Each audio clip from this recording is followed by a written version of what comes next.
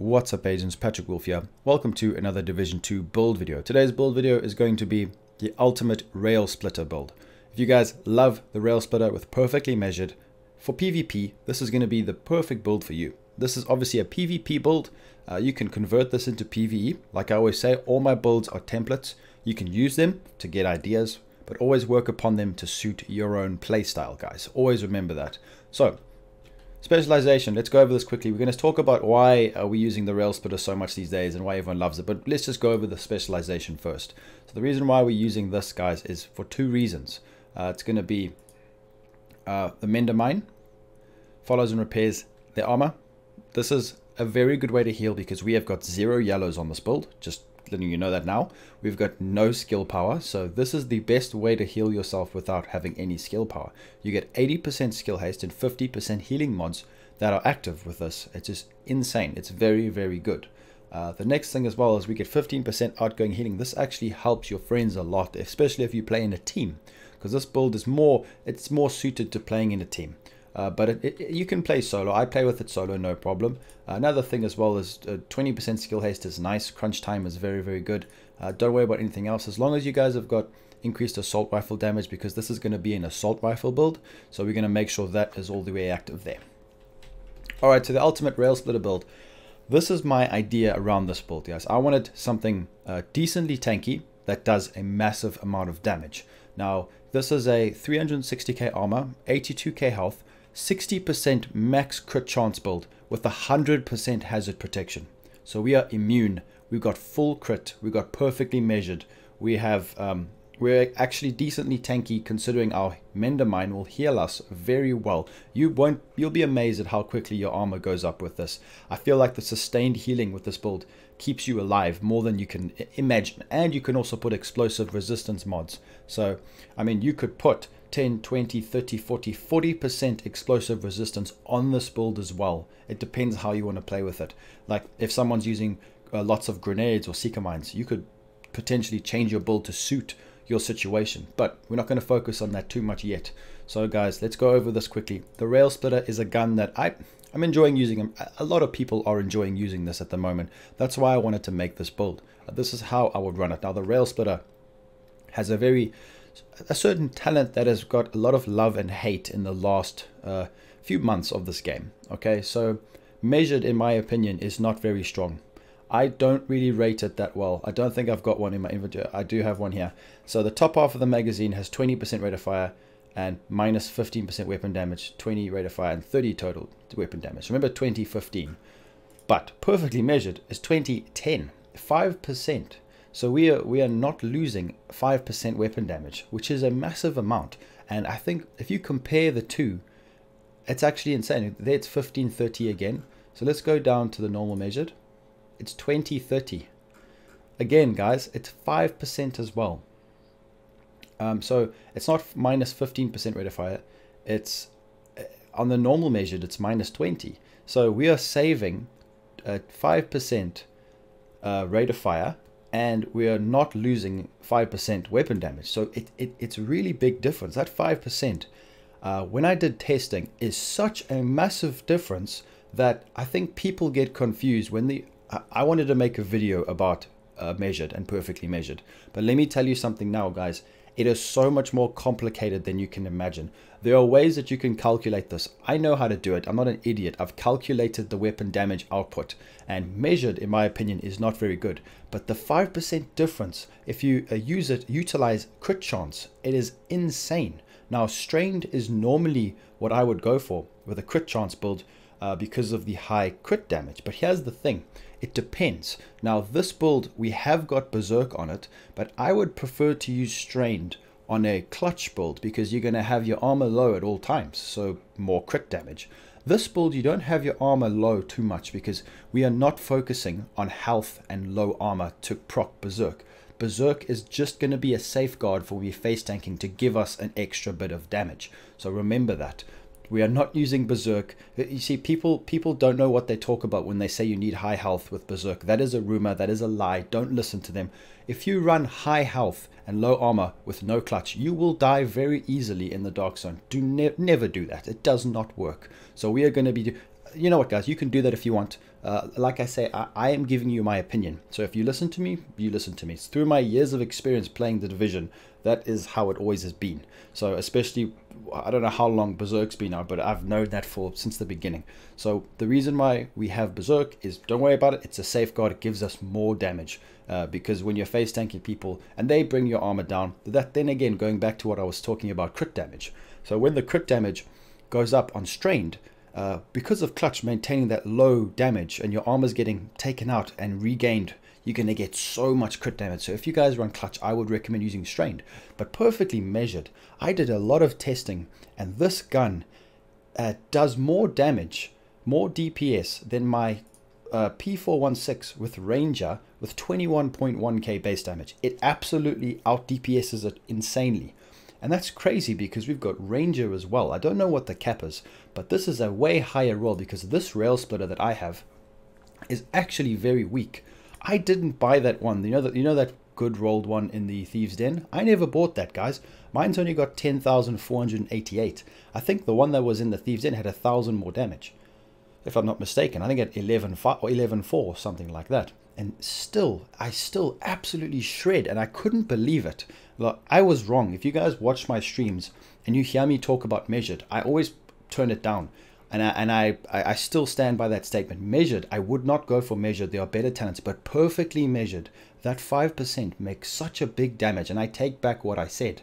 Guys, it's insane. I'm really enjoying it. It's way better than I thought. I couldn't believe how much damage. And not even just crit chance, but even just normal base damage, it still delivers such high damage. And I couldn't even imagine having a God Roll one, which I need to get, because then you'll absolutely shred. This is a great gun. I take back what I said. It's actually really, really good. I tested it for so long. I wanted to make a video, but here's the next explanation, guys. So the reason why we have 60% crit chance is to utilize that drop in weapon damage. So the top half of the magazine is 20% rate of fire minus 10% weapon damage. We are not going to feel that. We are going to feel the high rate, which means we are going to crit more. So I think you understand what I mean. Higher rate of fire with the Allegro, we're going to be critting so much. You will absolutely mince people. It is insane. And then, yeah, I don't want to talk more about it, but it's a very good gun. And I'm surprised, but I'm glad to let you guys know, like, from my testing, it's really, really good. But normal measured, it depends on your build. That's the thing. Measured is a situational talent. Some builds could be weaker because of crit chance, crit damage, lower rolls on the gun. There's so many things that you have to put into account. But all I'm going to say is 60% crit chance, it works perfect. It really does. So definitely utilize this, guys. You're going to love this gun if you haven't tried it. So this is going to be how we're going to run the build to suit this gun. So the reason why we've got the Ruthless is, you guys laugh at me, I understand. I don't have the Merciless. This is from pre-ordering the game. I still haven't gotten it. I know it's sad. I feel bad. It hurts. It hurts my feelings. But Brutality, guys, 5% chance to deal 100% damage. Now, the Railsplitter gives us more RPM. Guess what? More chance to activate Spark to get that explosive damage. You see where I'm coming from? So that's going to be holstered. Protected reload on the pistol, because it's going to help us when we're reloading to gain more armor. 10%, I think it is. Yes, while equipped, this weapon grants 10% bonus armor while reloading. So let's go over this build, guys. Alright, the mask. The Hollow Man mask with 10% crit chance, 26% hazard protection, perfectly insulated. This, well, in conjunction or using with Yellow Guard, will give us over 100% hazard protection. So that's why I have this mask. Being immune is very strong right now, especially in the Dark Zone. It's needed in PvP, especially with a lot of hives. And oh, you guys know the story. I don't need to explain that to you. Then the chest piece. This is a very nice chest piece. Now, the funny thing is I've got 11 blues. I could use this and put my armor to 420k if I wanted to, and have Bloodsucker. But I always do that. I always use that piece. So I wanted to put something fresh, more attainable for you guys. And we need Berserk to give us that extra bit of damage. So this one's got 18,000 armor, 26.5k total armor, 11% crit chance, because we want to try stack that beautiful crit chance up. Berserk, remember guys, this is a talent that we are not going to focus on. This will just give us a nice chunk of weapon damage when we are face tanking other players. So don't worry about it. Like I said in all my Berserk videos, if you guys want to run high health and low armor, always have clutch. Otherwise you're going to have a very bad day, because yeah, that's just the way it is, because health gets burned through so fast. It's pointless. So we're going to be putting all mods for health. That beautiful mod that was in the well, you guys know the theater settlement, 7.9k armor. I bought a whole bunch. I'm going to be using that because it gives me health as well. You can use explosive resistance, so just remember, put assault rifle damage and your best weapon damage mods. Just put that all around across the board and you'll be good. You'll be golden. The next piece is going to be very important as well. You guys need a Uligard holster. Don't worry about the missing talent. We've got 27k health, 15% crit chance, and 2 offensive mod slots, which gives us a lot of extra damage. The backpack is also, this is where we're going to be getting our 10% AR damage from the Fenris. And this is a great backpack because it's got spark and harden. That gives us an extra 15% weapon damage all the time, guys. Because of the high RPM from the Railsplitter, we're going to be getting so much damage. It's going to be all the time. With hardened as well, we need hardened to give us that 15% extra armor, 11k health, and 90k armor plus 4% weapon damage. You could potentially have a 500k armor build with like this, guys. If you can get guard roll armor rolls, this build could be 500k armor easy. So I'm just giving you guys a template. I'm going to try and work. I need to get better chest pieces. We all know how hard RNG is, but this will give you guys an idea how to attain 60% crit chance while being tanky and just utilizing immunity and all those things. So let's go over the gloves. Hazard protection. Now, I didn't really want this. I have maxed out crit chance, so you guys could also put crit chance there to attain that juicy 60%. You can put health, whatever you want. It's up to you guys. Surgical is important. It helps me get that 60% crit chance. Now, if you do have 60% crit chance, it depends on your build and your rolls. I personally would go for precise if you're on PC. If you're on console, go for devastating. So you could potentially use obliterate. The problem with obliterate is it only procs when you deplete someone's armor completely. So it is a bit tricky. It's not easy, even though it lasts long and it'll make your build insane. It is very situational, so it's up to you guys how you want to play. That extra crit damage will help, but you have to take away an enemy's armor. So it's not really good for straight up face tanking, but it depends how you want to play. Then on the knee pads, this is surprisingly one of the most important things. So we have got 8.5% crit chance with destructive, 40% explosive damage. Now I'm not 100% sure how much this adds to our explosive damage from the weapon, from brutality on the merciless, but we're going to be getting a significantly higher amount from what I've seen from testing. So we'll be getting way more explosive damage to proc spark as well. So it really works well. Then obviously we've got those juicy defensive mods. So let's go over the stats quickly, guys. The stats look really good on this. 59.5% crit chance. That is absolutely perfect.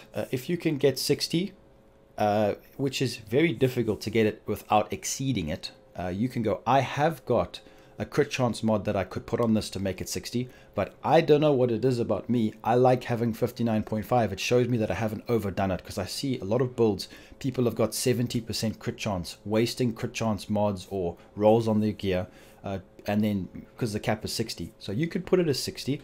For example, if I go over here, it is attainable to get crit chance mods. So over here, as you guys can see, I've got a crit chance mod right there. It might drop my weapon damage slightly, but there we go, 60% crit chance. It's very easy to obtain, and I've got more red mod slots, so even if you guys don't want to run surgical, you can use mod slots. It depends which direction you want to take it. So yeah, let's go over this again. So all weapons damage 8.5, assault rifle 43, remember plus 15 from spark, and we're getting all that crit chance, so we're gonna be doing massive amounts of damage, 40% explosive damage. Like I said before, you can get up to 40% explosive resistance. If you have better armor rolls, then you can focus on explosive resistance. That means you'll be seeker mines won't even tickle you. So like I said, it is possible. It depends how you want to play. I have overdone the hazard protection, 125% hazard. It's just because I don't have the perfect pieces, but we all know how difficult it is to get that, so I'm sure you guys understand. The hive, don't worry about that. Seeker mine's going to be healing us a lot. Yeah, that's going to be it, guys. Remember modding this. This is what you need to do. 80% skill haste, 50% healing. The healing from this mine is really, really strong. So that's going to be it, guys. That's the build. I love this build. It absolutely tears through agents. I want to try and attain 500k armor, 40% explosive resistance, 60% crit chance, and all that good stuff.